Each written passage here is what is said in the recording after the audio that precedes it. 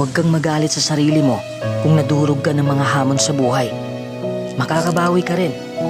Huwag mong sisihin ang sarili mo kung hiniwalayan ka ng taong mahal mo.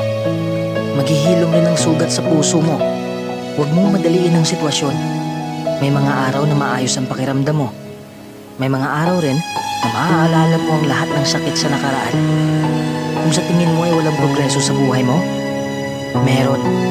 Hindi mo lang napapansin kasi nakapokus ka sa madilim na nangyari sa buhay mo. Tingnan mo rin ang positibong banda. Pasalamatan mo ang magagandang nangyari sa buhay mo upang hindi ka malulod sa negatibong side ng buhay. Lilipas din ang lahat ng ito. Araw-araw, subukan mong mag-focus sa magagandang pangyayari. Kung napapagod ka, magpahinga ka lang muna. Alagaan mo ang iyong pangangatawan. Huwag mong paghuli ng sarili mo. Dahan-dahan ka lang.